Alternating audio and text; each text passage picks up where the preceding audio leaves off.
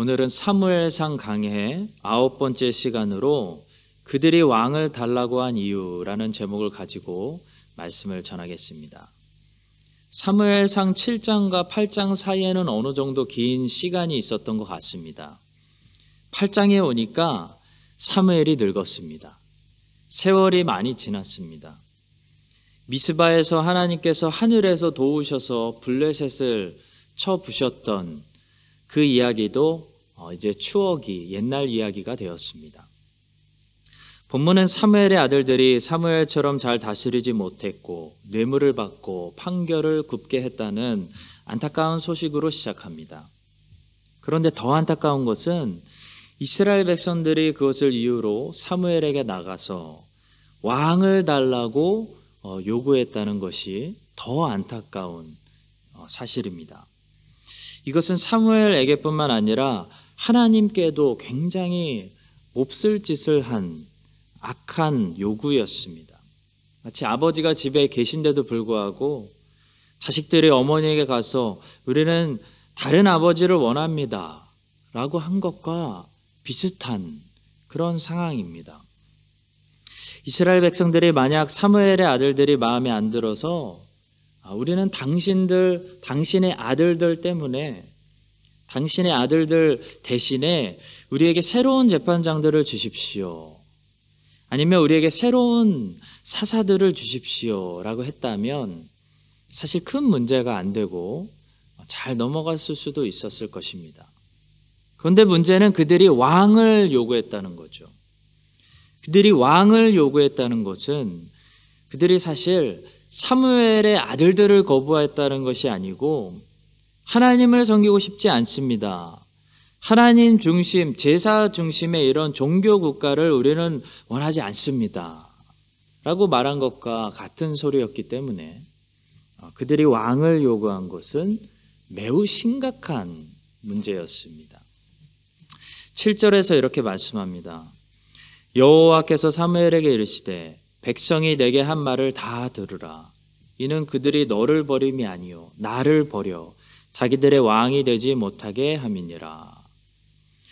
오늘날에도 항상 모든 죄는 어떻게 시작하냐면 사실 하나님이 우리를 다스리지 못하게 하고 그 다스림에서 벗어나려는 마음, 다른 것으로 하나님을 대신해서 우리의 인생을 통제하고 다스리게 하는 마음, 그 마음에서 모든 죄가 시작된다는 사실을 알 수 있습니다. 따라서 오늘은 그들의 마음을 깊이 살펴보려고 합니다. 왕을 달라고 요구했던 당시 이스라엘 백성들이 가지고 있던 마음, 그 죄악된 마음, 구체적으로 어떤 마음이었을까요? 첫 번째로 기웃거림입니다. 그들이 여호와를 거부하고 새로운 왕을 달라고 요구한 것은 그들이 그들의 소명에 집중하지 않고 자꾸 주변을 기웃거리고 있었기 때문입니다. 5절입니다.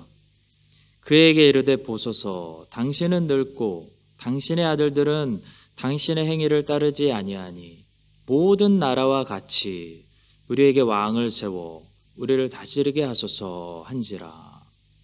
이스라엘이 왕을 달라고 요구하게 된 계기는 그들이 주변 나라들을 유심히 관찰했기 때문입니다. 다른 나라들은 뭐가 있나 이렇게 보니까 화려한 자주색 옷을 입고 높은 말을 타고 큰 궁전을 짓고 사는 그런 왕들이 있었다는 거죠. 우리도 저런 멋진 왕이 있었으면 더 멋진 나라가 되겠다. 이런 결론에 도달한 것입니다.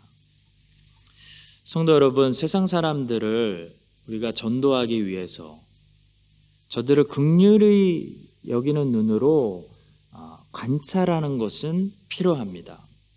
크리스찬은 세상에 비치고 세상의 소금이기 때문에 세상을 모르면 안 됩니다. 교회는 수도원이 아닙니다. 세상하고 절단된 단체가 아니라는 거죠. 예전부터 보수 진영에 계신 목사님들의 약점이 뭐냐면 성경 해석은 기가 막힌데 그 진리를 세상의 컨텍스트에 맞게 풀어주는 적용이 부족했다는 것이 늘 약점이었습니다. 그런 차원에서 뉴욕이라는 가장 이 세상의 중심, 바벨론이라고 할 수 있는 곳에서 목회를 성공하신 분이 있습니다. 바로 팀 켈러 목사님인데요. 이 팀 켈러 목사님은 굉장히 늘 언제나 적용을 잘 가르쳤다고 할 수 있습니다. 그분은 진리만 가르친 것이 아니라 진리의 적용을 함께 가르치셨기 때문에 뉴욕이라는 가장 진보적인 도시에서 보수적인 진리를 가지고 목회를 성공할 수 있었습니다. 크리스찬들은 이와 같이 하나님을 알아야 되고 또 그 진리를 절대 타협하지 않아야 되며 또 하나님을 그 진리를 변하지 않는 진리를 세상에 전도하기 위해서 세상도 알아야 됩니다. 근데 그 세상을 안다는 것이 뭘까요? 세상을 안다는 것은 세상을 긍휼히 여긴다는 것이지 세상을 부러워한다는 것이 아닙니다. 크리스찬은 세상에 깊이 들어가지만 깊이 들어갈수록 세상에서 구별돼야 됩니다. 세상 사람들이 깜짝 놀랄 정도로 세상과 달라야 된다는 거죠. 소금은 다르기 때문에 음식에 맛을 줄 수 있습니다. 뉴욕에서 살아가더라도 뉴욕 사람들이 보기에 깜짝 놀랄 정도로 하늘에 속한 삶을 살아야 된다는 거죠. 그럴 때 뉴욕이 변화되는 것입니다. 그러나 본문의 이스라엘은 세상의 빛과 소금으로서 이방 나라들에게 하나님의 영광을 비추기 위해서 세상을 연구한 것이 아니고 세상을 부러워했습니다. 한마디로 세상에 기웃거린 것입니다. 세상을 이렇게 부러워하고 세상에 기웃거리기 시작하면 세상이 하나님의 백성들을 닮아가는 것이 아니라 하나님의 백성들이 세상을 닮아가게 됩니다. 그래서 이런 요구를 자꾸 하는 거죠. 우리도 다른 세상 나라들처럼 왕을 주십시오. 이게 지금 이스라엘이 세상 나라들을 닮아갔다는 증거입니다.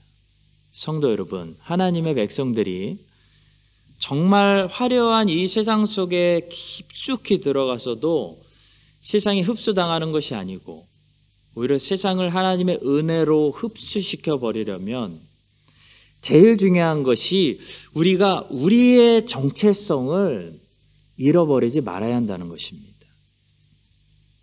남의 인생만 자꾸 쳐다보고 이야기하고 부러워하는 사람들이 있습니다. 왜 그럴까요? 자기 인생이 없어서 그렇습니다. 자기 인생이 없으면 자기 인생을 정의하고 해석하지 못하면 자꾸 남의 인생을 살 수밖에 없는 것이죠. 남의 것이 자꾸 눈에 보인다는 것은 무엇을 말할까요? 자기의 정체성이 그만큼 흐리다는 것을 말합니다. 저는 오늘날 대한민국 사람들이 연예인들만 바라보고 연예인들 월급 주면서 연예인들의 행복이 곧 국민의 행복이고 연예인들의 불행이 곧 국민의 불행이 되는 그렇게 많은 시간을 TV에 나오는 사람들이 오늘은 뭐 했나? 오늘은 어떻게 살았나? 무슨 말 했나? 시청하고 있는 이 현상을 시청하고 있는 이것을 오늘 우리 시대를 말해주는 딱 한 가지 현상이라고 생각합니다. 바로 자기 인생이 없는 겁니다. 그냥 팬인 겁니다. 관중인 거죠. 우리는 너무 재밌고 편한 관중석을 만들어 버린 것 같습니다. 그래서 전부 그냥 관중이 돼서 대리만족하면서 그것을 기쁨이다 라고 생각하면서 관중에서 인생을 다 끝내려고 한다는 거죠. 여러분과 저는 관중입니까? 성도 여러분, 하나님은 우리 한 사람 한 사람이 관중석이 아니라 우리의 필드에서, 우리의 무대에서 우리의 소명을 감당하라고 우리를 만드신 것입니다. 그래서 절대로 다른 사람들의 인생을 관중하는 그런 삶으로 내 인생을 허비하면 안 된다는 거죠. 이스라엘이 왜 옆 나라들에 기웃거리고 있습니까? 우리도 왕이 있었으면 좋겠다. 자기 정체성, 자기 소명의식을 잃어버리고 어느 순간부터 안주하려고 했기 때문입니다.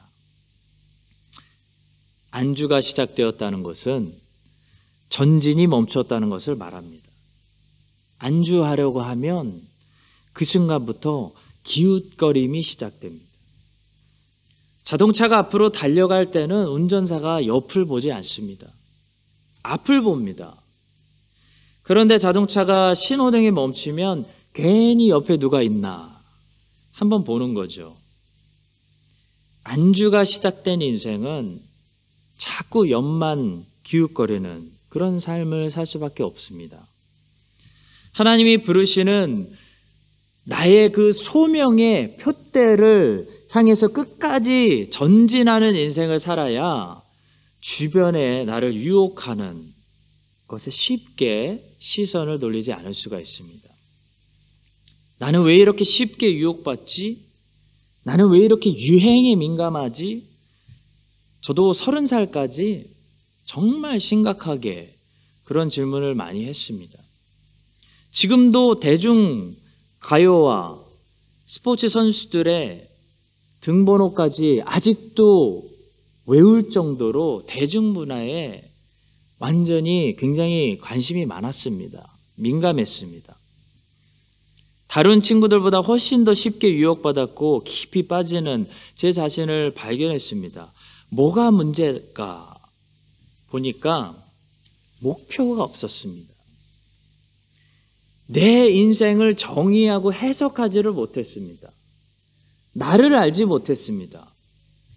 내 인생이 그래서 목표가 없으니까 전진하는 것이 아니고 그냥 맴도는, 안주하는 인생을 살았던 것입니다.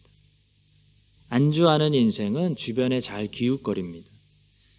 앞을 보기보다는 늘 옆의 반응을 보면서, 옆을 보면서 살아갑니다.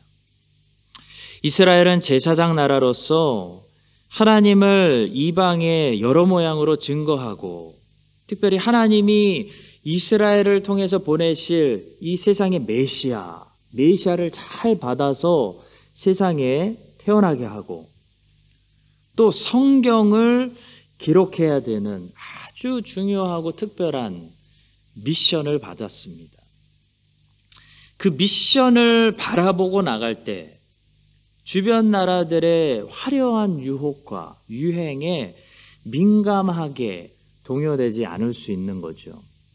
성도 여러분, 여러분과 제가 세상의 빛으로서 세상을 긍휼히 여기되 세상을 부러워하지 말고 세상의 유행을 따라가지도 말고 세상에 깊숙이 들어가서 우리가 세상을 변화시키되 세상이 우리 안에 깊숙이 들어와서 우리를 변화시키지 못하도록 늘 우리에게 보여주시는 그 소명의 표대를 바라보면서 끝까지 앞으로 전진하는 그런 인생들이 될 수 있기를 예수 그리스도의 이름으로 간절히 축복합니다. 두 번째로 이스라엘이 왕을 달라고 한 이유는 그들이 조급했기 때문입니다. 그들은 기다리지 못하는 사람들이었습니다. 성도 여러분, 신앙생활은 다른 말로 하면 기다리는 것입니다. 우리 주님이 응답해 주실 때까지 기다리고, 우리 주님이 갚아주실 때까지 기다리고, 우리 주님이 재림하실 날을 기다리고, 하나님의 공의로운 심판을 기다리고, 우리의 구원이 완성될 날을 기다리는 거, 하나님을 기다리는 거, 하나님을 기다리기 때문에 지금 참고 견디는 거, 그것이 신앙생활이죠. 신앙생활에서 기다림을 제거하면 신앙생활이 아닙니다. 기다리는 것만 잘해도 우리는 신앙생활을 어느 정도 잘할 수 있습니다. 이스라엘 백성들이 만약에 10년에서 12년만 더 기다렸어도 하나님이 예비하신 다윗이라는 왕이 잘 자라서 다윗이라는 좋은 왕으로 맞이했을 수도 있었습니다. 왜냐하면 이스라엘이 영원히 왕이 없을 수는 없었기 때문입니다. 우리 예수님께서는 결국 왕이시기 때문에 예수님의 왕직을 미리 보여주는 예언하는 다윗과 같은 하나님이 선택하시고 하나님이 기름 부으신 그 왕들이 영원히 구약에 없을 수는 없었기 때문이죠. 다윗은 하나님이 선택하신 왕이었고, 그래서 다윗은 진짜 왕이신 그 예수님을 가장 잘 예언하고 그림자처럼 보여주는 그런 선지자 역할을 했습니다. 그러나 사울은 하나님이 선택하신 왕이 아니라 사람들이 선택한 왕, 사람들이 원했던 모습을 그대로 보여주는 그런 왕이었기 때문에 사울은 이스라엘의 역사에 없어도 되는, 없었으면 더 좋았을 그런 실패한 왕이었다는 거죠. 하나님께서는 이전에 모세를 통해 왕을 세울 때는 꼭 하나님이 선택하시는 사람이 왕이 되어야 된다라고 율법을 통해 말씀하신 적이 있습니다. 신명기 17장 14절과 15절입니다. 내가 내 하나님 여호와께서 내게 주시는 땅에 이르러 그 땅을 차지하고 거주할 때에 만일 우리도 우리 주위의 모든 민족들 같이 우리 위에 왕을 세워야겠다는 생각이 나거든 반드시 내 하나님 여호와께서 택하신 자를 내 위에 왕으로 세울 것이며 내 위에 왕을 세우려면 내 형제 중에서 한 사람을 할 것이요 내 형제 아닌 타국인을 내 위에 세우지 말 것이며 이런 율법이 있습니다. 이스라엘 백성들이 하나님께 왕을 달라고 요청한 다음에 만약에 기다렸다면 어떻게 됐을까요? 하나님께서 다윗을 선택하셔서 그들의 왕으로 세워주셨을 것입니다. 그런데 이스라엘 백성들은 조급해서 하나님을 기다리지 못했습니다. 그들은 아닙니다. 지금 당장 우리는 왕이 필요합니다. 지금 주세요 라고 말했다는 거죠. 그래서 그들은 사울이라는 40년 세월을 보내야만 했습니다.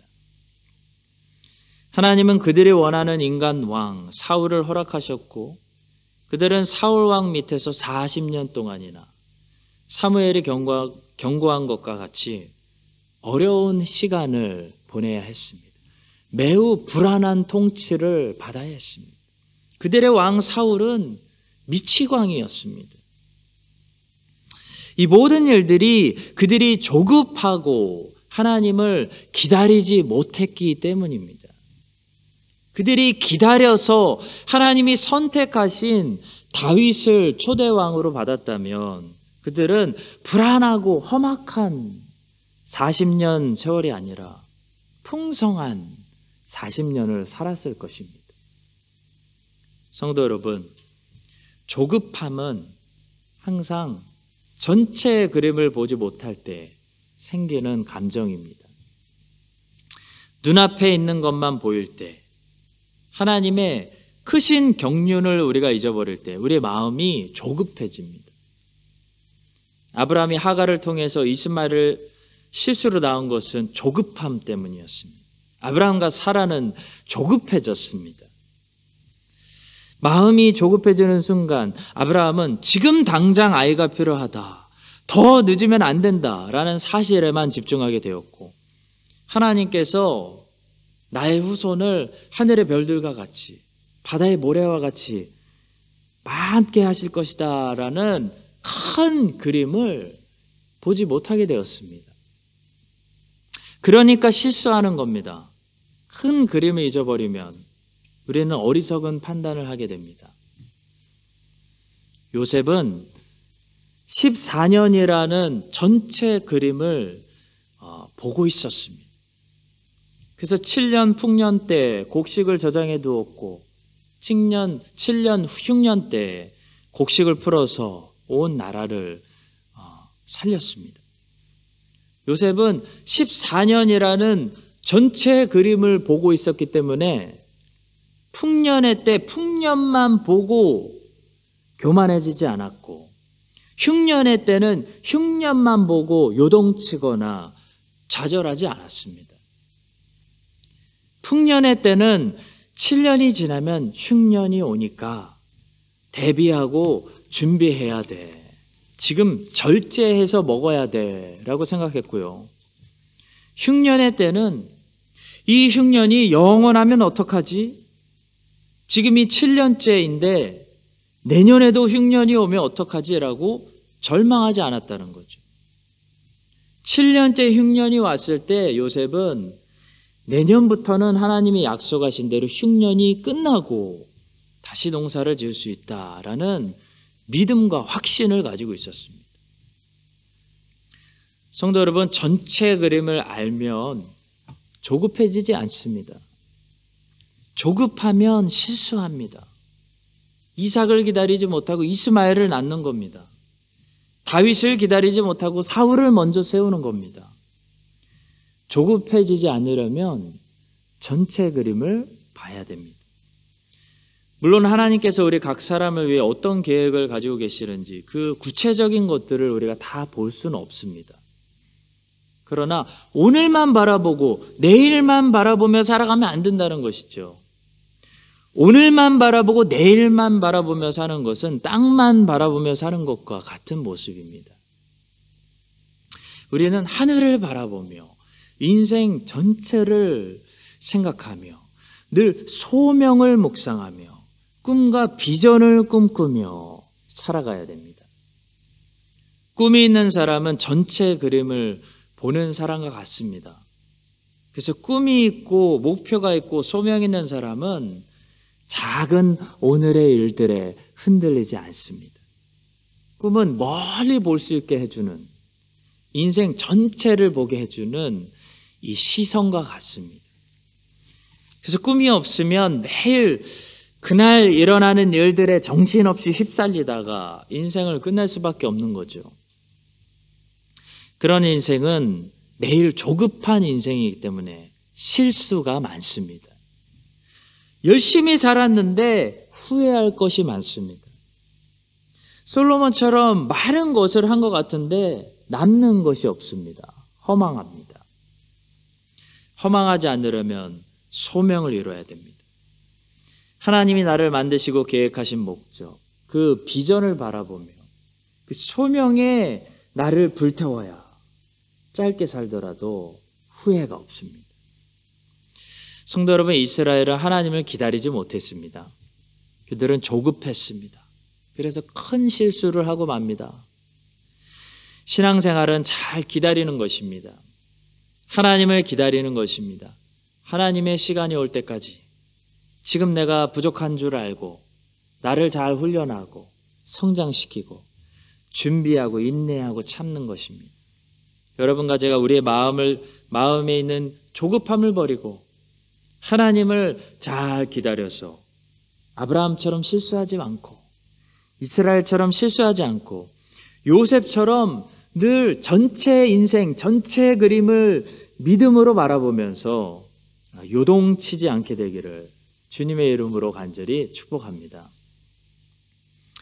마지막 세 번째로 이스라엘이 왕을 요구한 것은 그들이 고집을 부렸기 때문입니다.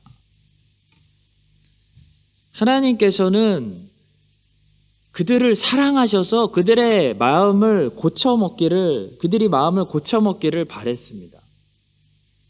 그래서 사무엘을 보내셔서 너희가 지금 이렇게 왕을 잘못 구하면 그 왕이 너희들을 엄청나게 괴롭게 할 거야 라고 자세히 친절하게 설명을 해주셨습니다. 그런데도 이스라엘 백성들이 뭐라고 했죠? 19절입니다. 백성이 사무엘의 말 듣기를 거절하여 이르되 아니로소이다. 우리도 우리 왕이 있어야 하리니. 이게 한마디로 뭐냐면 고집입니다. 고집. 그들은 고집을 부렸습니다. 그들이 결국 하나님의 경고를 무시하고 그들의 눈에 보기에 좋은 대로 키가 크고 잘생기고 외형적으로 멋있는 인간 왕 사울을 세우게 된 것은 그들이 고집을 부렸기 때문입니다. 고집이 뭘까요? 고집은 언제나 우리가 선택하는 것입니다. 우리가 고집을 부릴 때는 설명이 약하거나 설득이 안 돼서 고집 부리는 것이 아니고 설득이 다 됐는데도 우리의 마음을 우리가 스스로 완고하게 해가지고 나는 안 듣겠다 라고 결심했기 때문에 고집을 부린다는 거죠. 사무엘은 왜 왕을 지금은 세우면 안 되는지 다 설명했습니다. 다 설득되었습니다. 그런데도 그들은 뭐라고 말하죠? 아니로소이다. 아닙니다. 그대로 할 겁니다. 이게 고집입니다. 하나를 이미 정해놓고 어떤 설득을 들어도 아닙니다. 나는 무조건 이걸 해야 되겠습니다. 이게 고집입니다. 소찌니주의라는 이단적인 사상을 퍼뜨렸던 렐리오 소찌니라는 사람이 있었는데요. 종교개혁 시대 때 살았던 사람입니다. 이 사람은 당시 유명한 많은 사람들을 찾아다니면서 교제도 하고 신학적으로 궁금한 것들도 많이 물어보고 했던 그런 사람인데요. 루터의 후계자라고 할 수 있는 멜랑톤도 만났고 츠빙글리의 후계자라고 할 수 있는 블링거도 만났고 또 결정적으로 제네바에 와서 칼빈도 만났습니다. 소찌니는 궁금한 것들이 참 많았습니다. 그래서 자기의 생각과 자기가 궁금한 것들을 편지에 써서 멀리 있을 때는 종교개혁자들에게 보냈는데요. 칼빈이 처음에는 열심히 답장을 했다고 합니다. 그러나 답을 받고도 늘 만족하지 못하고 자기의 끝없는 호기심을 만족시키지 못해서 계속해서 질문을 하니까 칼빈은 결국 그와 서신왕래를 끊었다고 합니다. 뿐만 아니라 스위스 종교개혁자이자 츠빙글리의 제자였던 블링거 역시도 처음에는 그를 아들처럼 여겼으나 그가 그릇된 마음으로 진리를 꼬치꼬치 캐묻는 것을 보고 결국 어떻게 했냐면 관계를 끊었습니다. 결국 레리오 소찌니는 종교개혁자들에게서 등을 돌렸고 이단자들과 친분을 쌓기 시작하면서 그들의 사상을 수용하여 삐뚤어진 자세로 신앙을 보기 시작했고 결국 오늘날 유니테리언주의라고 불리는 이 이단적인 사상인 소찌니주의를 만들어내는 그런 사람이 되었다는 이야기를 들었습니다. 저는 이 소찌니를 보면서 한 가지 사실에 집중했습니다. 그가 참 호기심을 가지고 많은 질문을 하는 것 같았지만 그는 사실 질문을 하고 있었던 것이 아니라 자기의 답을 확인하고 싶어 했다는 것입니다. 그런데 칼빈이나 블링거가 자기가 듣고 싶어하는 답을 시원하게 해주지 않으니까 결국 돌아섰다는 거죠. 성도 여러분, 이게 뭐냐면 고집입니다. 고집은 더 이상 수용하지 못하거나 수용하지 않으려고 문을 닫은 상태를 가리킵니다. 소찌니는 호기심에 질문한 것이지 배우려고 질문하지 않았습니다. 우리는 배우려고 질문을 해야 됩니다. 소찌니는 자기의 답을 확인하고 싶었던 것이지 자기 생각이 맞다는 것을 확인하고 싶었던 것이지 진리를 알고 싶었던 것이 아니었습니다. 그것이 고집스러운 삐뚤어진 자세입니다. 이런 삐뚤어진 자세, 잘못된 자세, 고집을 꺾지 않으면 칼빈이나 블링거처럼 아무리 훌륭한 선생을 하나님이 보내주셔도 하나도 배울 수가 없다는 것이 문제입니다. 배운다는 것은 문을 열어 자신을 겸손히 낮추고 새로운 것을 수용한다는 것을 말하는데요. 수용하지 않으려고 문을 닫고 있으면 아무리 좋은 교사가 앞에 있어도 못 배우는 겁니다. 바리새인들이 그랬습니다. 하나님의 아들이 가르치는데 직접 입을 열어 가르치시는데도 하나도 못 배웠습니다. 배우지를 못했습니다. 왜 못 배웠죠? 고집 부렸기 때문입니다. 배우려고 하지 않았습니다.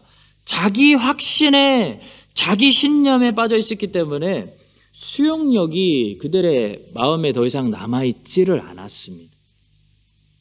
예수님께서 말씀하셔도 그 말씀을 항상 자기가 가지고 있는 자기 신념으로 필터링 했습니다. 그래서 못 배운 거죠. 소찐이하고 똑같은 겁니다. 우리 본문에 나오는 이스라엘 백성들도 사무엘 같은 최고의 선생님께서 하나님의 말씀으로 가르치고 있는데도 불구하고 결국 뭐라고 하죠? 안 듣습니다. 고집이 이미 그 마음을 완고하게 닫았기 때문입니다. 사랑하는 성도 여러분, 고집은 우리가 하나님을 배우지 못하게 하는 무서운 적입니다. 고집은 우리로 하여금 하나님이 주시는 새로운 은혜를 받지 못하게 차단합니다. 하나님이 주시는 은혜를 매일 새롭게 받아서 우리가 누리려면, 고침받고 또 회복되려면 우리의 마음이 고집을 버리고 어린아이와 같이 수용력이 있어야 됩니다. 여러분과 제 안에 늘 생길 수 있는, 우리도 죄인들이고 인간들이기 때문에 생길 수 있는 이 자기신념, 진리가 아니라 자기신념, 자기 고집을 우리 성령님께서 제거해 주시고 늘 우리의 마음을 하나님 앞에 나올 때 가장 부드럽게 하여 주셔서 하나님 앞에 매일 부드러운 마음을 가지고 살아서 주님이 주시는 말씀과 은혜를 매일 새롭게 누릴 수 있는 우리 모두가 될 수 있기를 살아계신 예수 그리스도의 이름으로 간절히 축원합니다. 기도하겠습니다. 주님, 오늘 왕을 달라고 요구하는 이스라엘 백성들의 모습을 거울로 삼아서 우리의 모습을 돌아봅니다. 소명을 잃어버리고 표대를 보지 못해서 주변에 쉽게 기웃거리고 흔들리는 그런 인생을 살지 않도록 다시 표대를 선명하게 보여주시옵소서.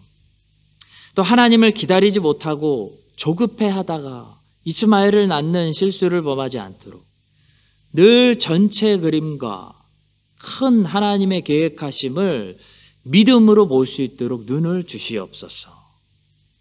또 고집을 부리다가 결국 잘못된 길로 가지 않도록 우리 마음이 늘 완고하지 않고 부드러워질 수 있도록 성령께서 역사하여 주시옵소서.